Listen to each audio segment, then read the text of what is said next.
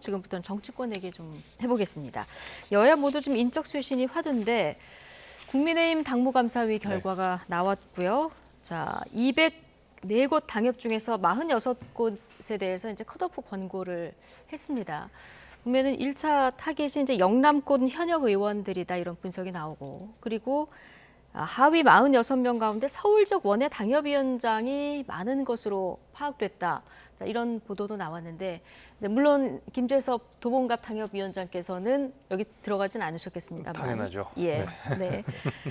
당 분위기가 지금 실제 어떻습니까? 아무래도 뒤숭숭합니다. 네.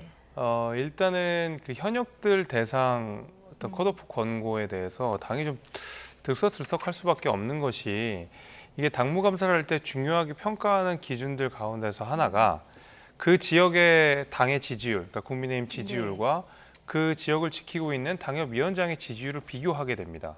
그래서 당 지지율보다 그쪽 후보자의 지지율이 낮은 경우에, 현저히 낮은 경우에. 예, 그런 경우에는 눈에 띄게 낮은 경우에는 여기가 제대로 지역 관리를 안 하고 있다라는 방증, 구체적인 증거가 되기 때문에 거기에는 컷오프 대상 권고가 갈 수밖에 없는 상황이거든요. 그렇다고 했을 때 국민의힘의 당 지지율이 높은 곳이 어디냐라고 생각해 보면 영남, 그리고 충청 일부, 그리고 강남입니다. 그러니까 다시 말하면 다 현역들이 있는 장소이기 때문에 당연히 현역들 대상으로 컷오프가 있을 수밖에 없다, 이런 얘기로 들려서 누가 여기서 대상자가 될지 모른다는 불안감들이 아마 현역들 사이에서는 제법 있는 걸로 제가 알고 있습니다.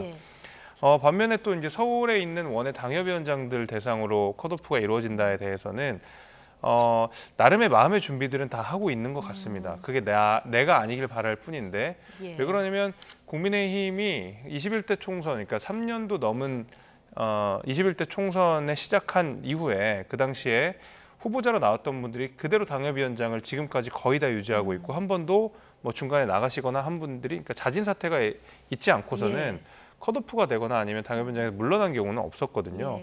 그러다 보니까 과거에 경쟁력이 없던 인물들이 그대로 22대 총선에 가는 게 안 맞다라는 비판은 늘 있어 왔던 것이고요. 당연히 그 가운데서 경쟁력이 없는 후보들이 불가리 대상으로 되는 것은 안타까운 일이고 가슴 아픈 일이지만 어쩔 수 없는 일이기도 하다고 생각이 됩니다. 네, 명단은 함구하고 있는데 정말 아무도 모릅니까?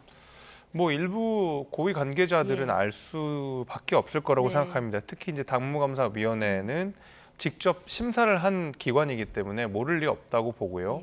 뭐 당 지도부 정도, 뭐 더 좁게는 당 대표 정도에게는 보고가 됐을 가능성이 매우 높습니다. 그래서 대략적인 분위기들은 아마 당 고위 관계자들이 알 테고, 다만 그것이 해당 당협위원장들, 해당 현역 의원들에게 통보가 되지는 않게끔 정보에 대한 보안을 굉장히 중요하게 지금 다루고 있다라는 이야기는 들은 바 있습니다. 예, 함구령이 내려졌어요. 자, 이게 이준석 신당을 좀 의식한 거 아니냐, 자, 이런 분석도 나오는데 좀 일리 있는 분석입니까? 약간 일리 있고요. 약간 일리 있습니까? 대부분은 다 그렇게 합니다. 저희도 한번 해봤어요. 2016년도에 배제할 만한 의원들에 대한 하위 20% 부분들. 그래서 다 전해지더라고요, 또. 다 전해집니다. 그러니까 이제 항구령을 한다는 거는 이거는 대놓고 면박을 주는 거잖아요.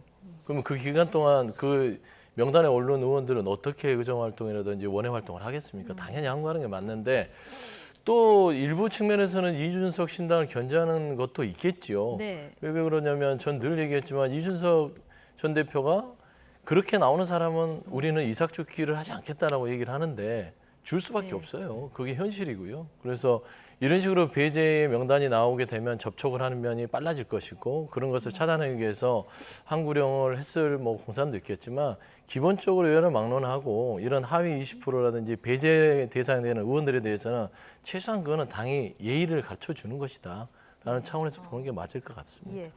이준석 전 대표가요, 여야에서 공천이 어려운 정상인들에게 연락을 하겠다, 이런 얘기를 했던데, 자, 공천을 못 받은 현역 의원들이 이준석 신당에 20명 정도 갈 가능성이 있다고 보십니까? 가능성이 없지 않다고 생각합니다.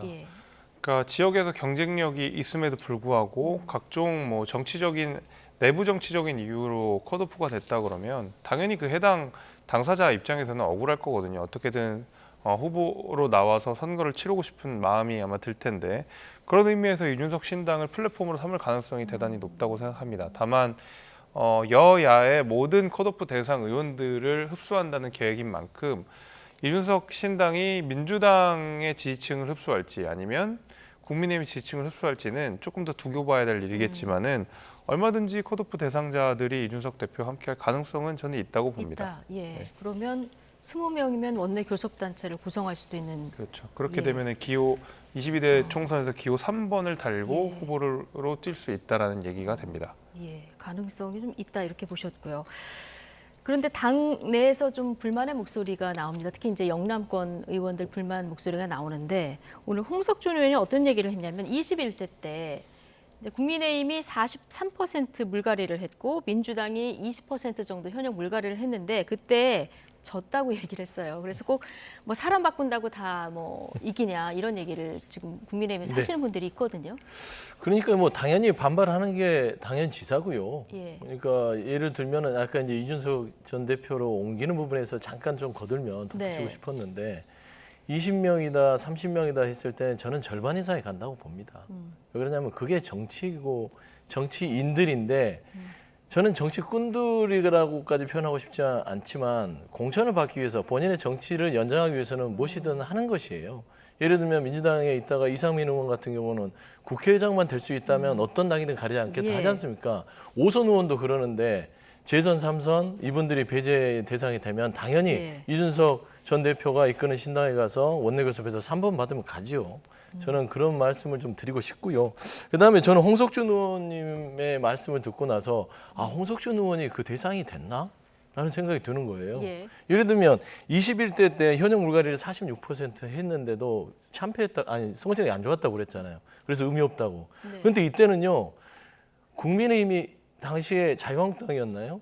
국민의힘이 자유한국당이었습니다. 그러니까 박근혜 전 대통령의 국정농단 이후에 가면서 바뀌어가는 과정 속에서 당의 존립까지도 좀 왔다 갔다 했던 데예요. 그러니까 완전 물갈이를 하지 않고서는 총선에 임할 수 없었던 때입니다. 그리고 민주당이 이때 180석이라는 많은 의석을 얻었던 네. 건 다시의 정치 상황들이 그랬던 거예요. 그러니까 이게 물갈이론과의 어떤 분석과는 전혀 다르기 때문에 뭔가 나 물갈이 하지 마라는 논거로서는 너무 조금 빈약하다. 그래서 저는 혹시 홍 의원님이 그 대상이 된 게 아닌가라는 좀 개인적인 생각을 갖게 됐습니다. 괜히 이 얘기한 겁니까 그러면? 그런 것 같아요. 아, 그렇군요. 자, 물갈이 작업이 이렇게 여당 내에서 한창 진행이 되고 있고 다음 주에 이제 대대적인 개각이 있을 거다 이런 보도도 나오는데 폭이 얼마나 될 것 같습니까?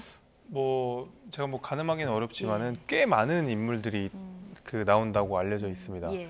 특히 한 번 이상 국회의원을 했던 분들 내지는 현재 국회의원을 하는 분들의 대상으로 거의 대부분이 출마를 한다라고 뭐 생각을 해도 될 정도로 네. 대대적인 개각이 이루어지면서 동시에 개각 대상인 분들은 나와서 다 출마를 한다고 알려져 있고요. 그 출마 예정지도 어느 정도 다 한마평에 올라와 있는 상황이기 예. 때문에 개각의 폭이 아마 윤석열 정부 들어서 가장 큰 폭으로 아마 개각이 되지 않을까 저는 그렇게 생각이 됩니다. 가장 큰 폭으로 될 것이다.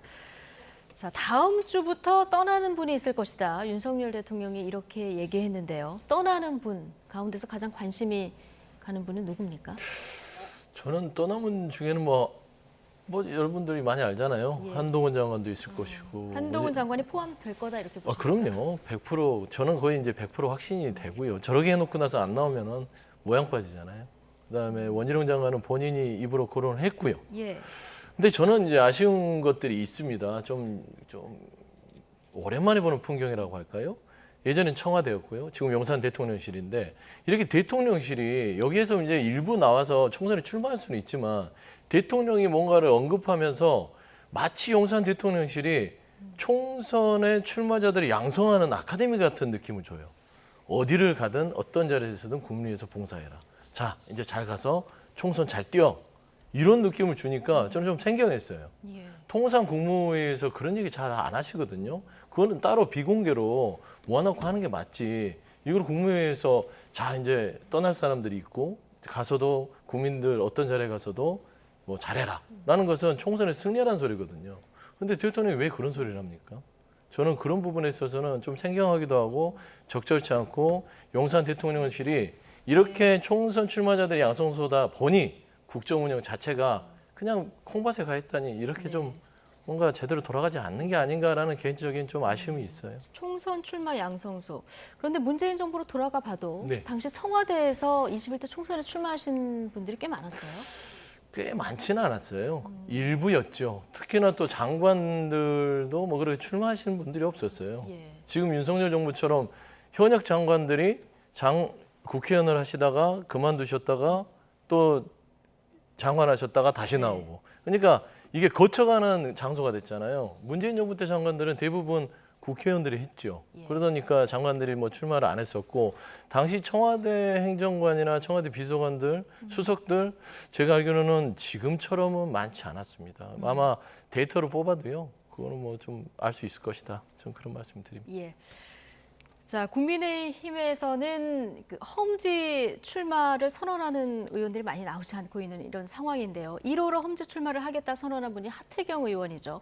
부산 해운대갑 3선의 하태경 의원. 그런데 서울 종로에 출사표를 던지면서 현재 종로구의 국회의원인 같은 당 최재형 의원에게 양해를 받았다 이렇게 얘기를 했는데요. 당사자인 최 의원의 마음은 조금 다른 것 같습니다. 두 사람 발언 듣고 오시겠습니다. 만약에 저 같으면 제가 이제 그쪽 현역이고 출마 의지가 강하면 아예 뭐 불편하게 왜 그래 딴 지역 알아보지 이렇게 좀 강하게 네. 만류를 했을 건데 네. 최 의원님 인품이 좋으셔서 그랬던 것 같아요. 뭐 하의원 나오는 거 어떻게 맞겠나 양해하겠다. 그래서 저는 그걸 이제 페어 플레이를 하자 이렇게 이제 이해를 했고 그 자리에서 제가 그 막 좀 그 항의하거나 또는 말리거나 이런 발언을 안 한 것을 양해했다고 표현하시니까 그게 이제 어떤 분들은 양보라고 오해를 해가지고 지역구에서는 저한테 막 그 항의하시는 분들도 있어요. 본인이 그런 식으로 받아들여서 워딩하는 거는 조금 이제 전 불편하죠.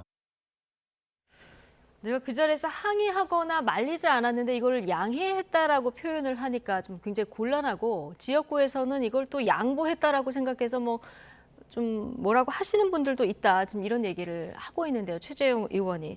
이렇게 되면 최재형 의원도 지역구를 사수하겠다는 의지가 읽히고 이런 종로는 뭐 공천 경쟁이 좀 불가피한 이런 상황이 되는 겁니까? 그렇죠. 이제 하태경 의원이 종로 출마를 접지 않는 이상은 당연히 이제 경선에 들어갈 수밖에 없고, 근데 만약에 이제 경선으로 빠져들게 되면 하태경 의원이 험지 출마를 해서 선거를 승리로 이끌겠다라고 하는 것과는 약간 거리가 멀어지는 부작용은 있을 수 있을 것 같습니다. 약간 빛이 발한 느낌입니까? 그렇죠. 이제 아무래도요. 예. 왜냐하면은 원래 이제 하태경 의원이 부산 해운대에서 떠나면서 한석을 그대로 우리가 지키고 수도권 내에 있는 어려운 지역 하나를 따오면 우리가 두 석을 플러스하는 효과가 되니까 이렇게 하겠다라고 했는데 아무래도 이제 종로에서 경선을 하게 되다 보면 이제 그런 문제가 있을 수는 있다고 생각합니다. 그래서 뭐 아직까지 지역구를 정해놓은 건 아니니까 예. 어떤 방식으로든 하태경 의원이 저는 수도권 선거에서는 승리에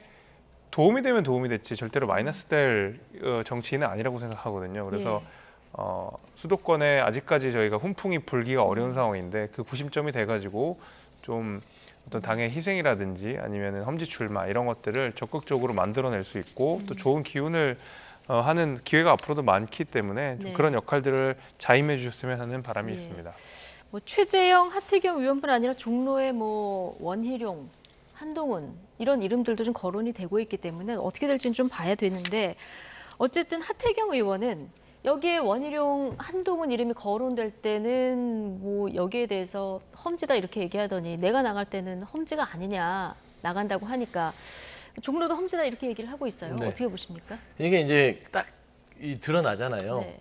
한동훈, 그다음에 원희룡 이 단어들이 섞여 있는 데가 종로예요. 네. 하태경 의원이 왜 종로로 갔겠어요? 왜 갔다고 보세요? 미래 권력이 되고 싶은 것이죠. 본인도 대선급 주자로서 거론되고 싶은 거예요.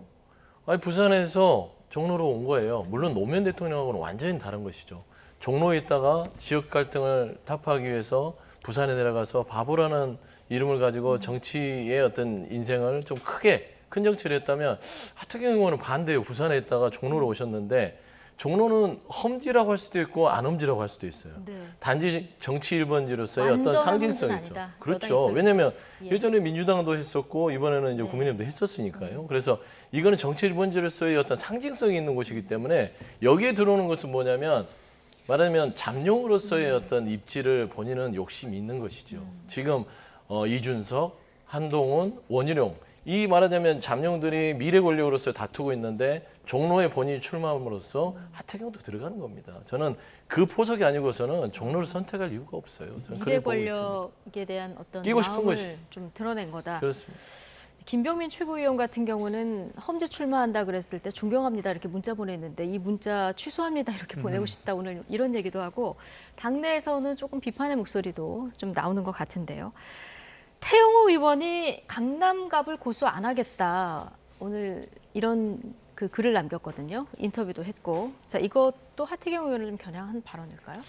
뭐 겨냥을 했는지는 잘 모르겠지만은 이제 그 태영호 의원이 최고위원회에서 사퇴를 하면서 여러 가지 그 사퇴를 하게 된 맥락들이 있지 않았습니까? 어떤 정무수석 간의 발언, 정무수석에 대한 발언이 이제 녹취록으로 나와서 굉장히 정치적으로 곤란한 상황들을 계속 겪게 됐는데 그러다 보니까 이제 최고위원회에서 사퇴를 했던 게 있었고요. 그다음에 뭐 저희가 여러 가지 역사적인 문제들도 좀 있었고 역사와 관련된 왜곡 발언들도 좀 있었고요. 이러다 보니까 좀 그랬는데 그래서 네. 사실은 강남갑에 다시 한번 출마하는 것이 좀 어렵지 않겠느냐는 이야기는 뭐 여기저기서 굉장히 많이 들렸던 것이 사실입니다. 그러다 보니까 굳이 강남갑을 고수하면서 더 많은 정책 난항을 겪기보다는 차라리 본인의 어떤 걸어온 정치적으로 걸어온 길들 그다음에 북한에서 넘어왔을 때 어떤 예. 대한민국 국민으로서 할 수 있는 그다음에 국회의원으로서 할 수 있는 역할들을 고민하면서 또 다른 어떤 지역구들을 좀 고민하고 있는 걸로 제가 알고 있습니다. 그렇군요. 예. 솔직히 말하면 잘 말씀을 잘 해주셨어요. 태영호 의원은요 지금 그 국민의힘에 저 이번에 공천만 아니면 경선이라도 한번 아무 데서나 바뀌어주세요 하는 처지예요.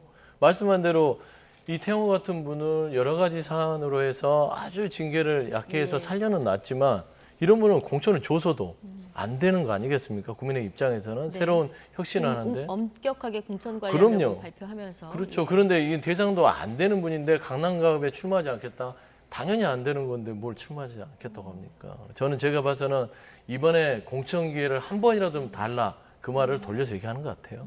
그 말을 아무데나 돌려서 하는 가겠다. 거다. 예.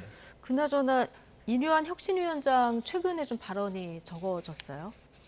뭐 아무래도 이제 동력이 많이 떨어진 것이 사실인 것 같습니다. 이제 이준석 대표의 부모님에 대한 이제 뭐 약간의 뭐 비판 발언, 비난 발언 같은 네. 것들이 좀 있다 보니까 혁신위의 동력이 굉장히 뭐 훅 꺼진 느낌이 좀 있습니다. 그 가운데서도 뭐 중진들에 대한 험지 출마 예. 내지는 뭐 청년 이게 50% 가장 관심이었는데 그런 것들이 이제 당에서 호응이 없다 보니까 도대체 혁신위원회는 그러면 뭐 하는 기관이냐? 이거는 뭐 왜 만들어진 기관이냐? 여러 가지 의혹과 비판들이 좀 있었던 상황이었고 그러다 보니까 혁신위가 동력이 푹 꺼지면서 그리고 또 게다가 인유한 위원장이 김기현 대표를 포함한 중진들에게 던졌던 시안이 그러니까 중진 불출마 내지는 험지 출마 시안이 바로 이제 코앞으로 다가오지 않았습니까? 그렇죠. 이거 예. 권고안이었는데 이제 정식 안건으로 보고하겠다. 네, 이렇게 그렇게 얘기를 한 했는데 그거 이제 상황이라. 다 예. 일자가 도래했기 때문에 예.